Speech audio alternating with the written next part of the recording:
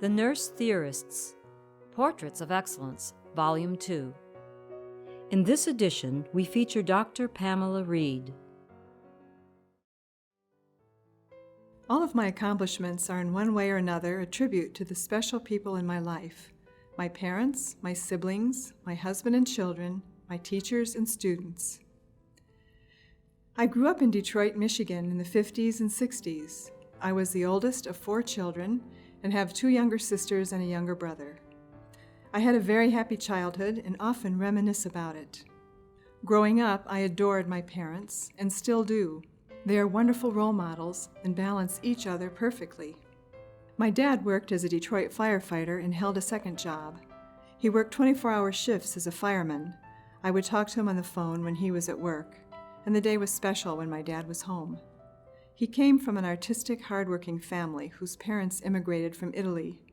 Some of my dad's qualities, his inventiveness and knowledge of mechanics, his inability to throw anything away, and his ability to use items he'd saved to repair anything, his appreciation of music and art, science and books, and an abiding interest in philosophical questions all make me think of him fondly as my Depression-era Leonardo da Vinci. My mom grew up on a Kentucky farm, and to this day she maintains a large vegetable and herb garden in the middle of the Arizona desert. She is my holistic physician and spiritual guide, and she is unflappable. She seeks and finds the positive side of life and practices Aristotle's golden mean. She's never one given to extremes. In her 80s, she still wins gold medals in racquetball, bowling, and track and field events in the Senior Olympics. My parents instilled in me a deep and lifelong love of learning and a sensitivity and appreciation for what composer Copland immortalized in his Third Symphony, The Common Man. I was also active in music, taking lessons on piano, trumpet, guitar, even baton twirling, and singing in a choir. My involvement in music took me to Europe twice before I graduated from high school. It was exciting growing up in Detroit in the 60s, a nexus of many cultures, the car industry, and where the arts and all kinds of music, from classical to jazz to Motown, came together to make it a dynamic city. I traveled on 3 expressways each day to attend a college prep high school called Cass Technical High School in downtown Detroit. Wayne State University, where I attended college, was not far from that. The Wayne State University College of Nursing ranked in the top 10 in the nation and gave me a rich education in nursing and liberal arts. I benefited particularly from some of the professors who worked at Wayne State, including master's program professors. I still attribute my well-adjusted daughters to what I learned from them about development in child and adolescent psychiatric nursing, and my iconoclastic professors for my doctoral studies, Joyce Fitzpatrick, Ann Wall, and Madeline Leininger, to name some. I got married during my senior year in college. My husband Gary is, in a word, my soulmate. When I completed my PhD in nursing in December of 1982, he told me he'd follow me anywhere and encouraged me to venture out and apply for a position out of state. He took a 50% reduction in pay to follow me to Arizona, where I took an assistant professor position at the University of Arizona. Gary and I were married for about 15 years before we had our 2 daughters, Regina and Rebecca, now studying engineering and physiology. They have been a constant source of joy and development and adventure. Gary still tells me he'd follow me anywhere for my career, but I love living in the desert and consider myself a desert rat. My youngest sister, Emma Peggy Lou, and her husband Joe, both biologists at Northern Arizona State University, introduced me to what has become one of my most favorite places on earth, the Grand Canyon. Whether hiking down the Bright Angel Trail, rafting millions of years back in time on the Colorado River, or swimming below Mooney Falls on the Havasupai Reservation. The desert and Grand Canyon feed my soul. One year, a couple of doctoral students pleased me to no end when they reported that during one of the semester breaks, they hiked into the Grand Canyon down to Indian Gardens, where they took a picture of each other reading one of my articles on nursing and neo-modernism. Even if that were staged, I was honored. Dr. Martha Alligood met with Dr. Pamela Reed on University of Arizona's Tucson campus. Pam, I'd like to thank you so much for agreeing to do this interview here today. We're pleased to be at the University of Arizona and to have this opportunity to talk with you about your theory. Well, thank you very much for inviting me to be one of the middle-range theorists that you interview. Pam, I'd like for you to tell us about the beginning of your theory, how it all came about. Well, it began at my master's level of study in child and adolescent psychiatric nursing. And when I worked as a child and adolescent psychiatric nurse, I saw the effectiveness that a developmental approach had in working with kids to enhance their well-being. So that's the beginning of the influence, I think. And then at the doctoral level of study, I studied lifespan development and aging in the psychology department. And it was a time in the late 70s, early 80s when the lifespan development movement was increasing our awareness of development as something occurring across the lifespan, not just with children and adolescents. So that, coupled with my study of nursing theories, and particularly Martha Rogers' conceptual system, gave me the idea that perhaps we could look at later life from a developmental perspective and look at some of the resources that people have by virtue of being older or near the end of life. And that began my thinking about the theory. Mm-hmm. And also I was interested in development not as a linear process, but more as a process of innovative change throughout life, from birth to end of life. Well, that's very interesting. And was there a particular person that influenced the development of your theory? There wasn't a particular person, but a doctoral student of mine, who is now Dr. Doris Coward, encouraged me to put my ideas of self-transcendence out there. And then she was also helpful in promoting the theory. When she graduated and became a faculty member, she used it in her research and in her writings and her publications. So she was very helpful in promoting the theory. Pam, over the years, I'm sure you've developed a brief way of just telling someone who comes up and asks you about your theory of self-transcendence. And I wonder if you could share that with the viewers. Sure.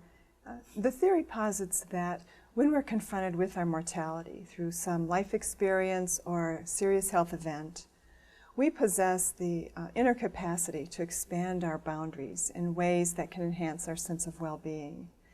And that's a pretty abstract conceptualization, I think. But what brings it down to the middle range is when researchers and practitioners apply it to specific groups of people who are facing life situations, whether that be elders who are confronting the end of life, or anyone because of illness is confronting end of life, people who are bereaved, caregivers who are working with people through those situations. So that represents different groups of people who may expand their personal boundaries in a variety of ways. How would you describe the focus of your theory?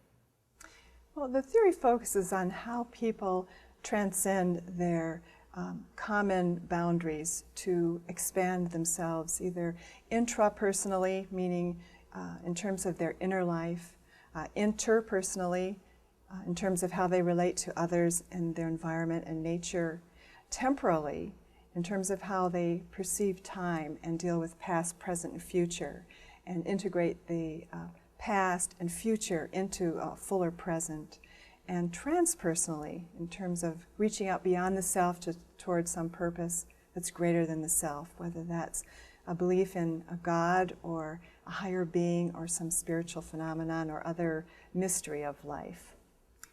I'm sure that your theory has been used by yourself and others in research, practice, and education. Mm-hmm. Could you talk with us a little bit about that? Let's start with research. Okay, well, in terms of research, I've been really pleased to see the variety of populations to which the theory has been applied by researchers, studying everyone from patients, older adults, nurses themselves, and even younger age groups, middle-aged adults and youth. Mm-hmm. And one thing that has been, I think, facilitative in all of this is my instrument, the Self-Transcendence Scale, which helps researchers measure self-transcendence or operationalize it. Now, it could be studied measuring it in other ways. I don't think anyone has developed a measure or another approach as yet, but the scale has been useful for older adults as well as younger adults with minor changes. And the results are pretty consistent still. Finding self-transcendence is, relates to positive life experiences. And I'm, encouraged by the research findings. Now, your instrument was developed out of an earlier instrument, is that right? Yes. Well, the Self-Transcendence Scale initially was a longer instrument called the Developmental Resources of Later Adulthood Scale. And in the process of using it and refining it, and doing factor analysis and so on, I was able to reduce the number of items and to focus in on one particular developmental resource, which I called self-transcendence. And since then, I've been using that instrument. It has good psychometric properties in terms of reliability and validity. And researchers have been using it in across different age groups even, with minor modifications. So what's interesting about that is usually we develop an instrument after we have a theory base for it and we know what we're doing. But using the instrument has actually helped inform the theory and expand ideas about it, and ideas about people, how they integrate difficult life situations, in that in using it with middle-aged adults, younger adults, and adolescents, it's caused me to rethink something about self-transcendence. That is, it's not just a resource that older adults have, but it may be a resource that all human beings have across the lifespan. I do think, though, that it's important to recognize, at least at this point, that it's the increased sense of mortality or vulnerability that may trigger some development of self-transcendence. So youth, when they confront life situations that enhance their sense of mortality, or middle-aged adults, we need that influence operating, perhaps, to develop self-transcendence. And so this newer instrument, the STS, how many items are on that instrument? It's a 12-item instrument, which makes it quite easy to administer in clinical situations, or it's also been used out in the community. But having fewer items, we increase the response rate to the instrument. And so that measures developmental resources, is that right? I would say, rather than developmental resources, plural, it measures one developmental resource, that of self-transcendence, the ability to expand our boundaries to achieve new perspectives in life, to deal with situations. Okay. That's really interesting. Sounds like a wonderful instrument. Yeah, well, thank you. Well, I think psychometric testing has showed that it's a unidimensional scale, and that's on that basis I say it measures one developmental resource as opposed to several. Okay. And now, Pam, could you talk about the use of the theory in education? Well, I know that it's taught to students mostly at the master's and doctoral levels, hopefully someday more at the baccalaureate level, but to inform students about, one more theory that they might use in practice. Or at the doctoral level, I've actually taught it to encourage nurses to look at how one theorizes, or to use it perhaps to modify, to build their own theory for their own doctoral research. But, bottom line, I hope that the theory is used just to sensitize students to the idea that human beings likely have inner resources that nurses can facilitate to encourage well-being, rather than looking externally somewhere for their intervention approaches, but to look at the person where they're at in their life context developmentally, to understand what they might do to help enhance their well-being. Pam, I'm really interested in theory-based practice. Can you talk about your theory and the use of it in nursing practice?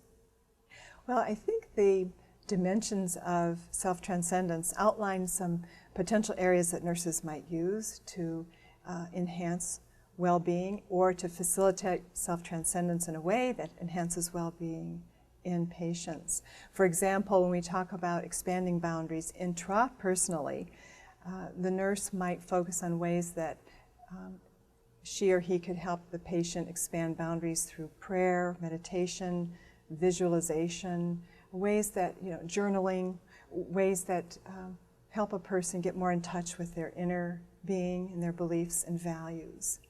And interpersonally, we do that a lot in nursing, I think, already, encouraging patients to be involved with others, support groups, finding ways by interacting with nature or their environment that make them feel better. Doris Coward developed support groups for women who had breast cancer, and that evolved into sort of a therapy whereby women would tell their stories and gain some therapeutic value from that, sharing their stories with each other. And that's a way of connecting with others, transcending that individual boundary to connect with others. And transpersonally, of course, there are religious and spiritual approaches to getting in touch with the mystery of life, getting in touch with our beliefs about God or transcendent values. And, there may be value in that for certain patients that provide a really strong support for them in difficult times. So these are strategies that nurses might use to enhance self-transcendence. Do you consider your work with the theory of self-transcendence to be your major contribution to nursing? I think it's one of my major contributions to nursing. Mm-hmm. And in my opinion, I think it would be a major contribution if it stimulates nursing students today to think about theory, to think about why they do what they do when they practice nursing. And also if it sensitizes people to look at the inner resources that patients have that nurses can facilitate to enhance their well-being in times of difficulty. Pam, as I study your work, it occurs to me that it could have been called a theory of well-being. Have you thought about that? Well, that's an interesting question. Well-being is one of the main constructs in the theory. And in fact, some people study self-transcendence as an outcome, that is, as something they want to promote, just as we want to promote well-being in patients. Whereas others study self-transcendence as a facilitator or a predictor of well-being. So I think it might depend on how you define well-being, and which is sort of an elastic term. It can vary depending on the patients we work with. But certainly self-transcendence is a positive experience and could be considered an indicator, if not a correlate, of well-being. So there's a way in which self-transcendence sounds like a more definite outcome. So I thought about it that way too. Looking at self-transcendence as an outcome. Yes, yes. Yeah. And hopefully the theory is flexible enough that people can explore different ways of looking at the concepts and further refine it or advance it or refute it, all the things that theories are supposed to have done to them. Pam, it's been wonderful to be here today and discuss your theory with you. As we close this interview, is there anything else you'd like to share with the viewers? Well, I think I'd like to emphasize that even though we have this word self-transcendence, it means something more local and immediate and concrete and terrestrial, I think. I'm interested in helping nurses understand patients where they're at, and instead of trying to think of some sort of surreal experience that the word self-transcendence might imply, to have nurses help patients look at where they're at in their human relationships, in their own beliefs and inner values, and work with those to expand inner boundaries. So that's one point, that self-transcendence isn't some woo-woo term that refers to something highly abstract. Another point I wanted to make that I don't write about much when I write about the theory is that I hope that the theory will valorize those who, maybe because of their life situation, may not be valued as much or may not have as much of a voice in healthcare because they're near the end of the lifespan, because they're just an informal caregiver, because they're old or young. My hope is that the theory will raise our awareness about the strengths that people have, no matter where they're at in the lifespan or between health and wellness and illness, that they have resources that could be used to facilitate well-being.